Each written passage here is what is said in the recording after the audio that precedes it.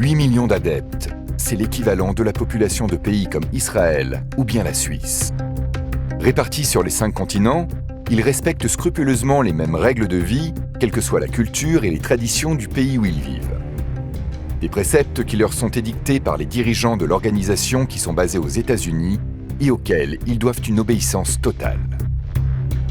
Les témoins de Jéhovah sont hiérarchisés de façon pyramidale. Tout au sommet de la pyramide, vous avez ce fameux collège central, qui est ce groupe d'une douzaine d'individus qui dirigent les activités internationales des témoins de Jéhovah et qui sont censés être guidés directement par Dieu, recevoir les instructions divines par le biais de l'Esprit Saint. On nous dit qu'ils ont été choisis par Dieu, donc des témoins de Jéhovah de longue date qui décident des doctrines, donc ils vont affecter la vie des millions de témoins de Jéhovah dans leur vie privée. Ce collège central, composé exclusivement d'hommes, dont le nombre varie entre 8 et 12, est basé à New York, au siège international de la Watchtower, la tour de garde en français. Un quartier général américain qui transmet toutes ses directives à des filiales nationales implantées dans plus d'une centaine de pays. On les appelle des Bethel, un mot hébreu qui veut dire « maison de Dieu ». En France, le Bethel se trouve à Louviers, dans le département de l'Eure, en Normandie. Les sièges nationaux sont vraiment des relais qui vont coordonner finalement l'activité locale et de prosélytisme et aussi l'organisation administrative des petites organisations locales dans les villes. Ces organisations, on les appelle des assemblées locales. Elles se tiennent 3 fois par semaine dans un lieu baptisé la salle du royaume. Chaque salle du royaume, qui est l'équivalent pour les témoins de Jéhovah d'une église, d'une mosquée ou d'une synagogue, doit être construite tous les 20 km. Dans ce lieu de culte, les fidèles de chaque congrégation se retrouvent pour prier, mais également pour préparer les activités de prédication. La congrégation est dirigée par un certain nombre de personnes qu'on appelle les anciens. Il y a le surveillant président, il y a ce qu'ils appellent le surveillant au service. C'est celui qui est responsable de l'organisation de la propagande, de la prédication, du prosélytisme. Tous des hommes, parce que les femmes ne peuvent pas s'exprimer. Et la femme, elle doit être soumise. C'est la Bible qui le dit d'ailleurs, que la femme doit être soumise. Dans les congrégations, par exemple, c'est l'homme qui enseigne. Les femmes n'enseignent pas. Les femmes, en gros, elles se contentent de faire des activités de propagande, de prédication, de porte en porte. Les activités, on va dire, d'entretien, de nettoyage, des lieux de culte. Un mouvement phallocrate et patriarcal où les femmes sont cantonnées aux travaux manuels. Comme par exemple la construction de ces fameuses salles du royaume, dont le nombre s'élèverait à près de 130 000 à travers le monde.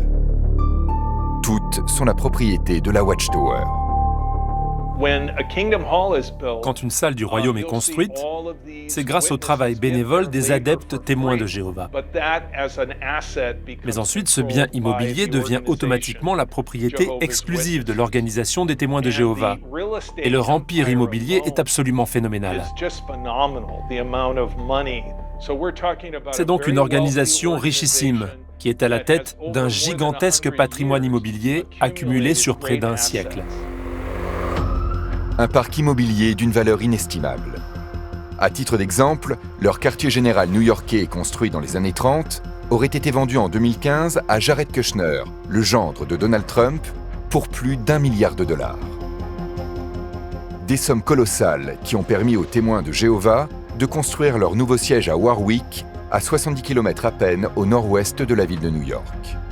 Un gigantesque complexe qui n'a rien à envier aux multinationales de la Silicon Valley. Leur business, entre guillemets, c'est vraiment l'immobilier, c'est faire construire des bâtiments par des bénévoles et les revendre 15-20 ans plus tard, ou même plus. Et avec le temps, ils gagnent beaucoup d'argent comme ça. C'est très difficile de savoir en fait exactement quelle est la fortune témoin de Jéhovah parce qu'il y a une énorme opacité au niveau financier. Elle peut s'estimer par rapport à leurs activités, par rapport au train de vie des dirigeants, par rapport également à des informations en interne qui sont récupérées. Mais oui, on est sur des ordres financiers qui sont de plusieurs milliards. Même s'il n'existe aucun chiffre officiel, on estime que la fortune actuelle des témoins de Jéhovah serait de l'ordre de près de 50 milliards d'euros. Une richesse qui n'a cessé d'augmenter au fil des décennies grâce à ce parc immobilier, mais également aux dons des adeptes. Les témoins de Jéhovah tirent essentiellement leur revenu des dons des adeptes. Chacune des communautés dispose d'une boîte dans laquelle les adeptes sont invités à donner volontairement de leur argent chaque mois. Sur la France, ça représente plusieurs millions d'euros qui sont captés chaque année par le mouvement auprès de ses adeptes. Et puis, l'activité de prosélytisme permet de récupérer aussi un tout petit peu d'argent. Les adeptes sont obligés d'acheter les tracts et les brochures à la société de la Watchtower. À charge pour eux ensuite de les distribuer, que ce soit au porte-à-porte ou bien sur des stands dans la rue. Pour permettre à cette gigantesque entreprise de continuer à prospérer, les témoins de Jéhovah doivent sans cesse travailler d'arrache-pied. Les témoins de Jéhovah sont plus devenus une espèce de grosse machine internationale qui a besoin de s'alimenter en nouveaux adeptes pour pouvoir fonctionner au niveau financier. L'adepte représente une source de revenus et va permettre de la croissance du mouvement.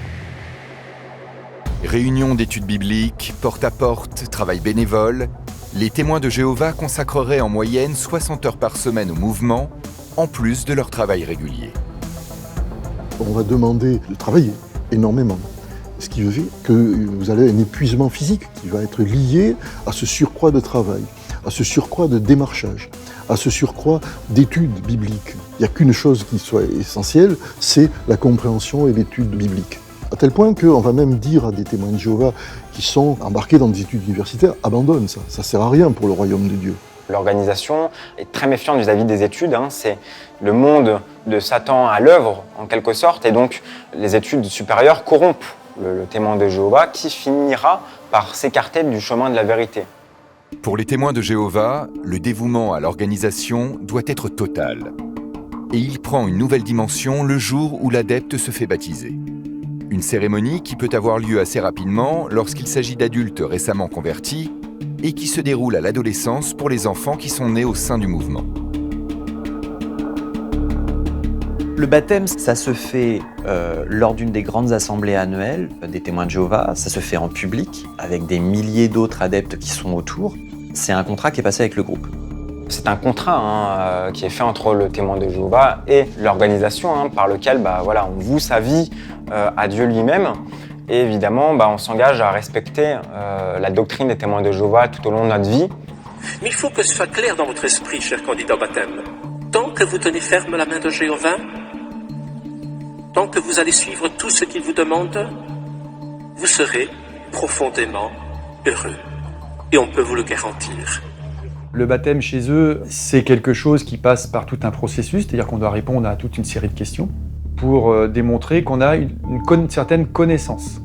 Une fois qu'on a passé cette série de questions, on se fait baptiser par immersion dans l'eau. Le baptême, une cérémonie fondamentale qui fait de l'adepte un témoin de Jéhovah à part entière. Et devenir un témoin de Jéhovah baptisé, c'est comme faire un grand saut dans l'inconnu pour pénétrer dans un univers parallèle.